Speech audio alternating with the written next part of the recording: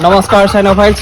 আজি ভিডিঅ'টো একদমেই মানে বেয়া লগা বুলি ক'ব লাগিব, কাৰণ আজি আমাৰ ফাৰ্মত আমাৰ যোনটো লেব আছিলে ৰাজা বৰ্তমান আমাৰ লগত নাইকিয়া।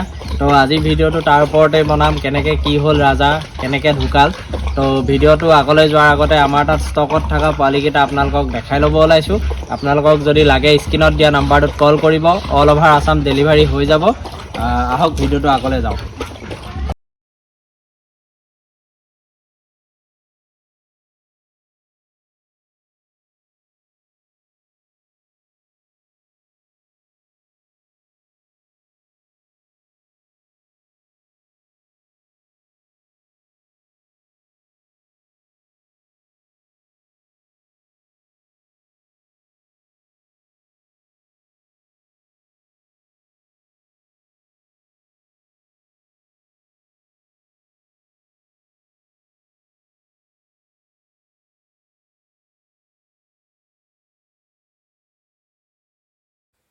এইটো আমাৰ ৰাজা, আপোনালোক ছবিটো চিনি পায়, আগৰ ভিডিঅ'টো দেখাই থাকোঁ। আমাৰ ষ্টাড মিল লেবৰ খুব ধুনীয়া কোৱালিটিৰ আছিল ৰাজা অলপ দিনৰ পৰা মানে খেলা ধূলাটো কমি আহিছিলে আৰু লাহে লাহে সি বমি কৰিবলৈ লৈছিলে।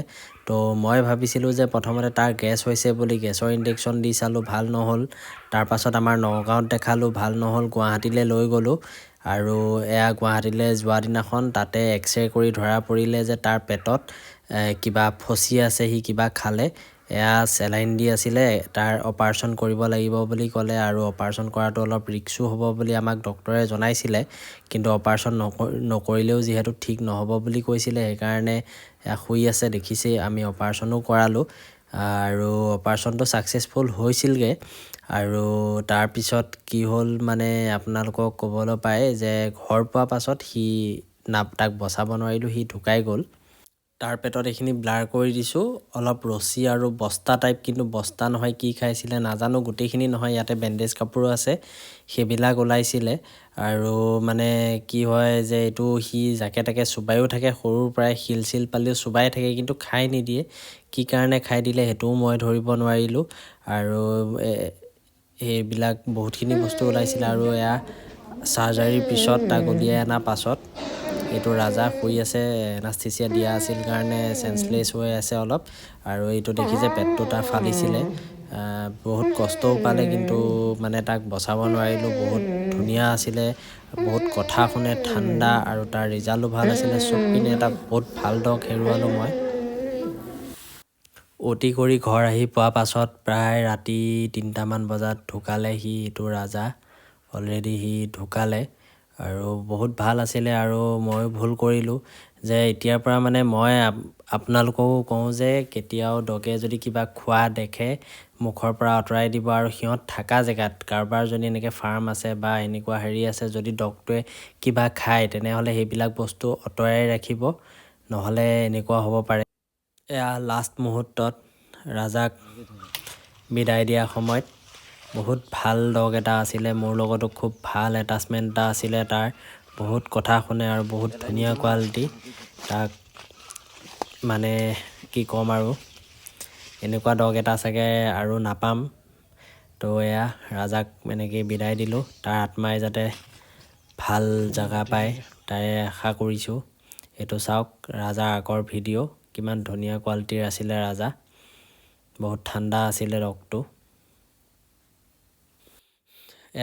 ৰাজাক বিদায় দি অহাৰ পাছত বাকী ডগবোৰেও বিচাৰি ফুৰি আছে, চবৰে মুড অফ। টাইচন তাৰ লগত খুব ভাল আছিল, একেলগে থাকে। টাইচনৰ মানে মন চন বেয়া, সিও ভাত চাত খোৱা নাই।